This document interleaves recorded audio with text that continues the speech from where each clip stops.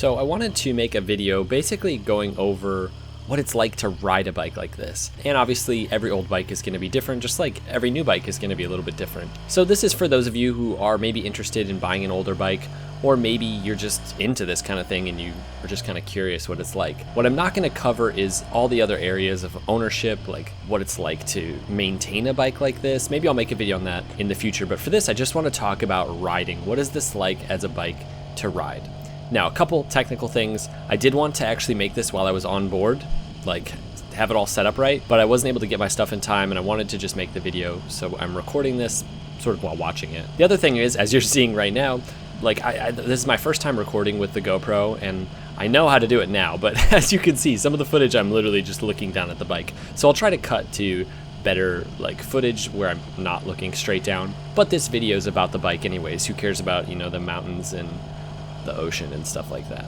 So the first thing I want to talk about is, you know, vintage bikes are actually a lot more powerful than a lot of people think. A lot of people think that a bike like this, for example, you know, produces no power. And sure, in comparison to a modern sport bike, because this, you know, this was a pretty fast bike in its day. In comparison to a modern sport bike, yeah, they produce 3-4 times as much horsepower and weigh just a little bit more.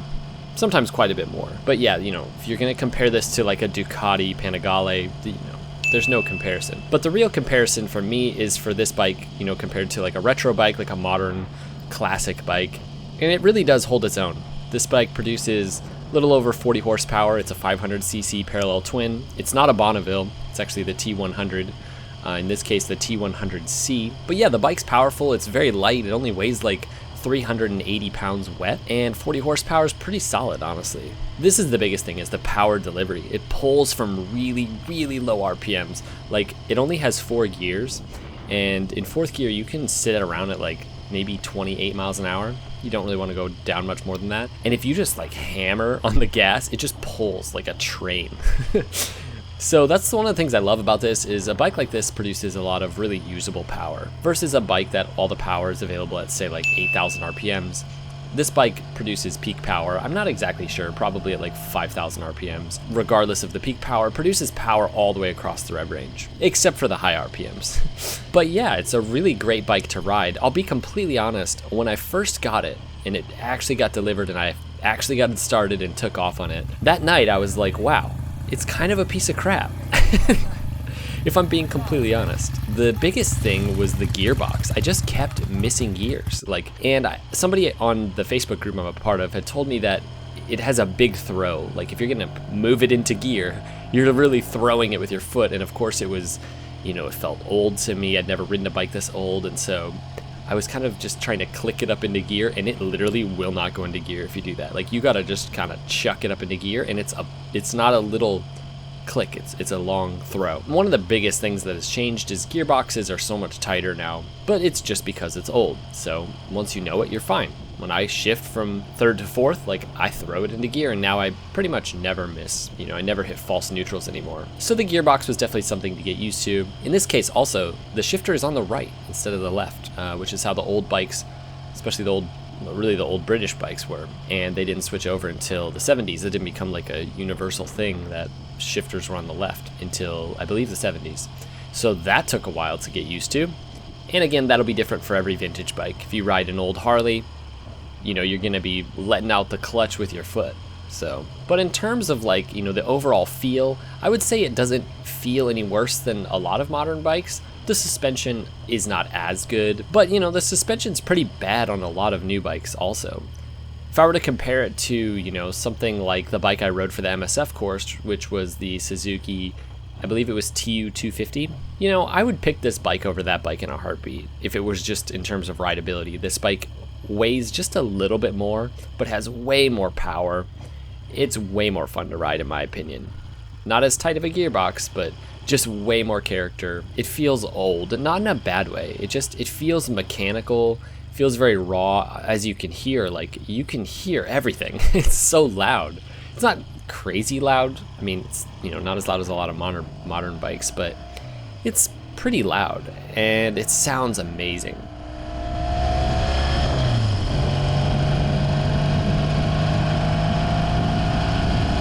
Sound is such a big thing. I don't really care about crazy amounts of horsepower. For me, what I love is just that combination of hitting the throttle every now and then at, say, 30, 40 miles an hour. I don't care at all about going, 100 miles an hour. And just the sound combined with the power that it delivers at basically any RPM is just fantastic. Yeah, I honestly love this bike. It took me a couple days to really love it in terms of just the overall feel of riding it. I loved it from the get-go just because, I don't know, it's just beautiful. It's the bike I've wanted for years. Like 5 years I've been looking at these Triumphs, and I finally really got the one I wanted. I couldn't care less about using a motorcycle for anything other than recreational. Like, to me, that's all I use it for. I'm not commuting, I'm not doing anything like that. It's literally just a toy, and it's an awesome toy. And so yeah, I think vintage bikes are awesome. I think more people should consider buying them. For me, I have just as much fun working on this bike, learning about stuff. I've messed with the carburetor a ton. I put a new carburetor on, then wasn't working right, so I put the old carburetor back on it. And I've just had so much fun, like, just learning the ins and outs of this bike. Just changing the oil took, like, a really long time. I wasn't going to get into all that stuff, but all that to say, like, if you're worried about a bike like this because of the riding experience, it's just going to be terrible to ride and feel like a horrible bike, it really doesn't feel that much different than a lot of new bikes. Everything's just a little bit looser is what I would say. It's just not quite as tight. They're made of like heavy materials, but there's just so little on them. There's no electronic system, there's no radiator. It's literally just an engine, some pipes, some wheels, like and a carburetor.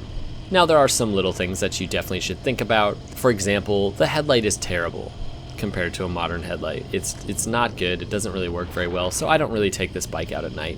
I don't have much interest in riding at night anyways, so that's fine with me. But this bike will easily cruise at like 65 miles an hour. It was funny, I was gonna buy this exact bike, but from a different person, from an actual like dealer that sells old vintage bikes, and there was this beautiful, like perfect restored old bike, and it was the same thing. It was a 68 Triumph T100C. Actually, I think it was a T100R. Anyways, that guy told me, look, you don't really want to take it up to past 60 miles an hour. And maybe that was true of that bike, but for this bike, man, like, I have no problem going 65 on this thing. Like, it runs amazing.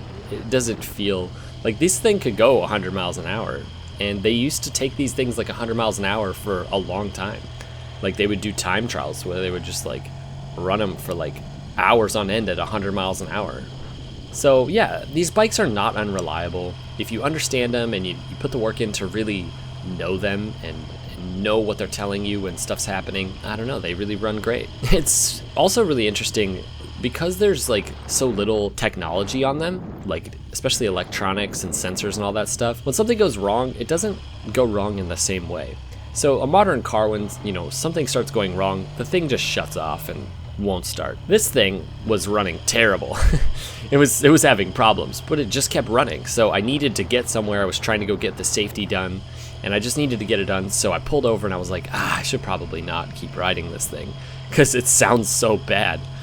But I knew it was just the fuel delivery wasn't right, and I just kept riding it. And it just kept riding terrible. And I made it to the place and I made it home and it never died. The bike has literally started basically first kick for me every single time. It is so easy to start and I love starting it. It feels so good every time. Just like the whole procedure of passing the clutch and, priming the carburetor and just kicking it over and feeling it just roar to life so easily every time. This is such a great bike. Anyways, I hope that you guys have enjoyed this, and if you're considering getting an older bike, I wish you the best of luck. Have fun doing that, and let me know in the comments below what you think. Have you ridden an old bike? Do you like riding new bikes versus old bikes? What do you think? Alright guys, we'll see you in the next one. Ride safe.